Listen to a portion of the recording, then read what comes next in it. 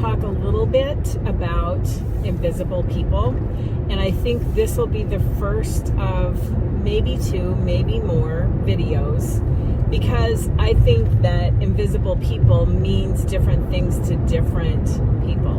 And for me, the thing that came to mind this week was when I saw a person sitting on a curb while I was on my way to work.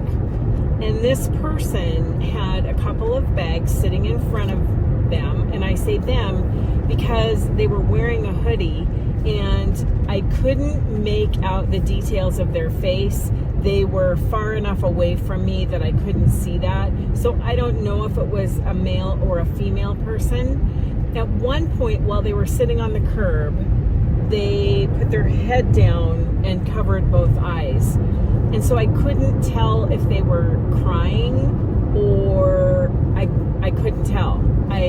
In my mind, I thought maybe they were crying, but again, it was difficult to tell. And so I kind of, in my own mind, thought maybe they're homeless, because the bags that they had sitting on the curb in front of them, they weren't groceries. They were rounded out more like they were clothing.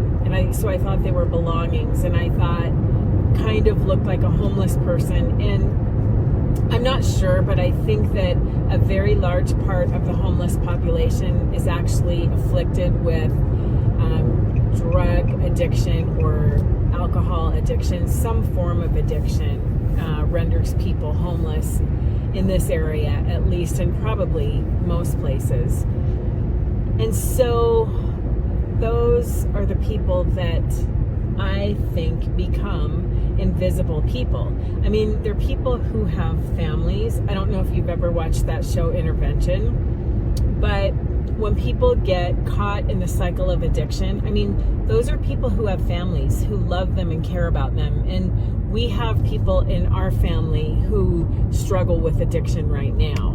And it's a heartbreaking situation. And yeah, so it touches my heart when I see people like that. And unfortunately, life is so busy. And that was the whole thing that brought this to mind, sort of, was that my sister and I had a conversation this past weekend talking about how the people in the community where she used to live that are caught up in addiction, they're doing their thing while the people of that community other people are going to work and like living their lives, and they just are sort of invisible. And I thought that, I mean, I didn't think this at the time until the other day when I was on my way to work and I saw this person. And oftentimes I drive by and don't even think a thing when I see people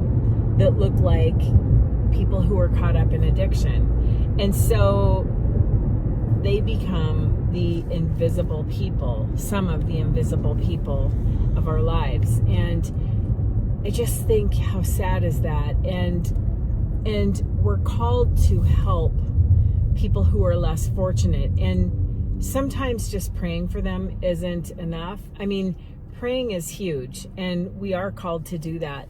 But there are tangible ways that we can get involved in turning their lives around. And so I'm not really sure exactly what that looks like in my life, but I feel like God brought this to my attention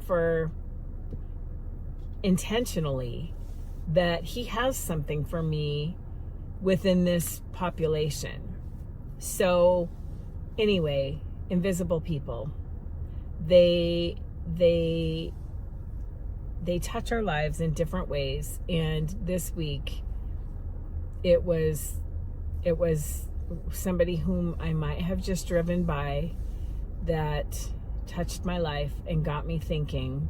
And I'm not, like I said, I'm not really sure where this is going, but I do believe that God has a message for me through it. That's it.